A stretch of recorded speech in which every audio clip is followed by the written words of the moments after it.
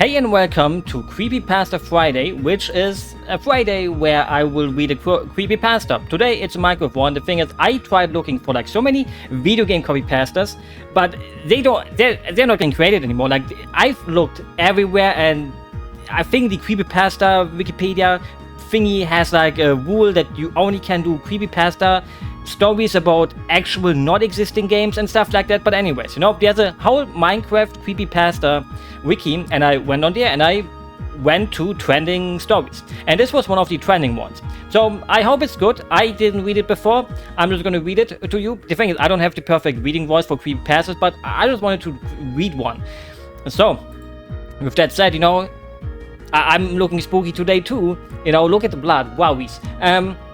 Let's just get into it, right? And let's get our freaking pants pooped on. So better put on some fresh ones afterwards, because otherwise, never mind. So anyways, it's called The Ghost Plan. It's about Minecraft. I experienced a strange series of events only a few days ago. I have a habit of playing on old Minecraft versions, from old release versions all the way back to alpha. I'm an alpha, no I'm not, I'm a beta. I would be more than a beta, I'm an omega. But anyways, you shouldn't believe in that kind of stuff, like alpha male, all that, it's all bullshit. For a while now, I've been enjoying my time in a beta 1.7.2 version. The old piston duplication glitch, which I don't know, the incredibly green grass everywhere, and the old textures, that sort of stuff. It's all relaxing to me, and I like spending time in those old versions. I think it might be a while before I do that again. Well, either he's a boomer, or the thing is, would a boomer really miss an old version that maybe came out like 12 years ago? I'm not quite sure when this one came out. Like Piston was kind of like 2012, 13 around that time. I'm not the biggest Minecraft expert, but I did enjoy playing the alpha. I enjoyed it. I'm not the most creative person though. I was playing early in the morning, at about 4 AM. That's still night, that's not morning. Morning started at least like 5 AM, because at 5 AM sometimes the sun already rises. But that's my definition of morning. Seems like a rather cliche time for something odd to happen, but bear with me. Ha! I'm a bear right now. See? Look at me.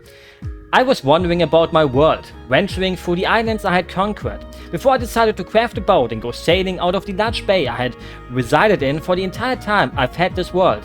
I had barely sailed for a minute before I spotted odd terrain generation. It seemed old, like it had been generated in an alpha version or early beta version. The grass that had been everywhere around my house was non-existent, and the ground was a dead color.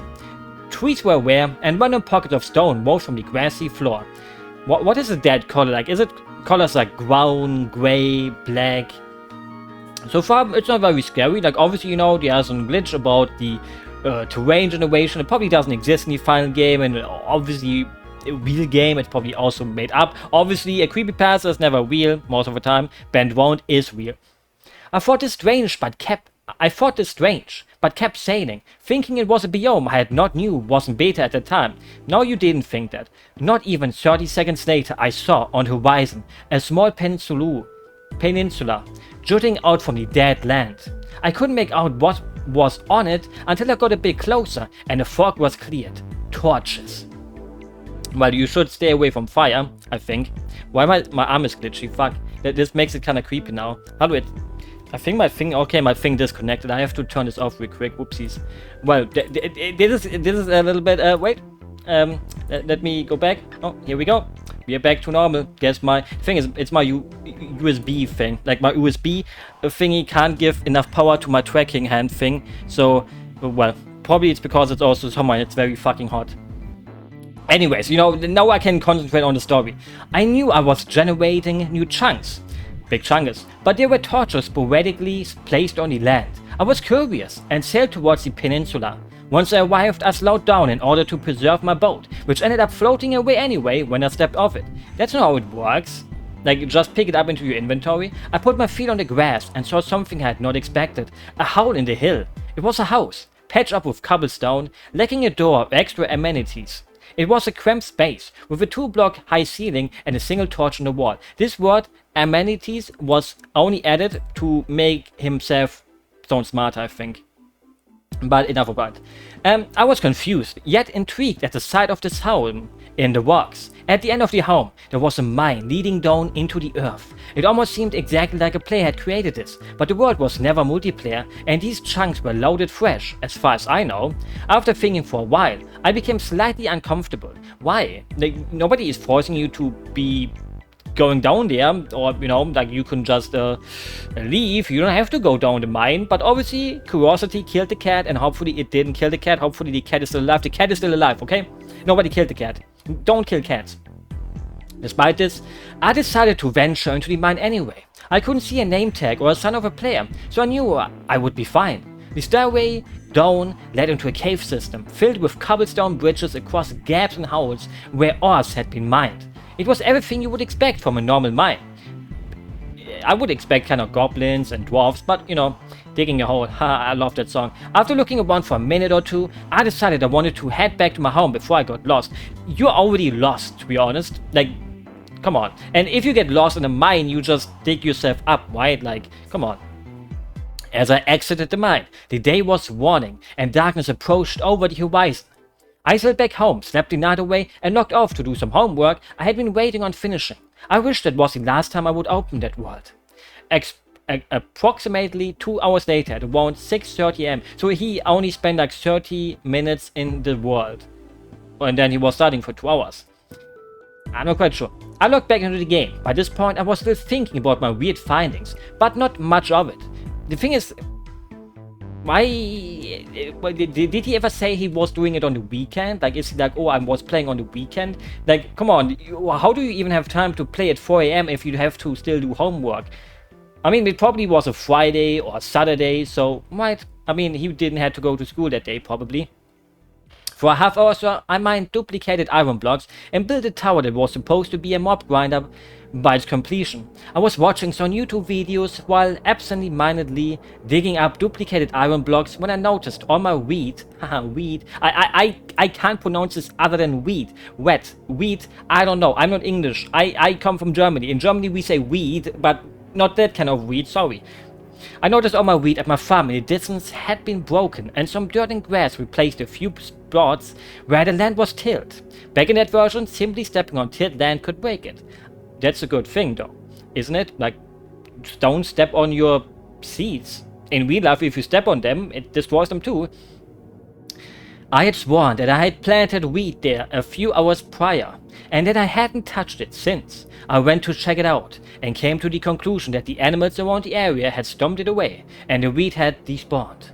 It was the best I could come up with at the time, and probably you were very sleepy because it's on freaking 6 AM, you probably spent the whole night playing the game.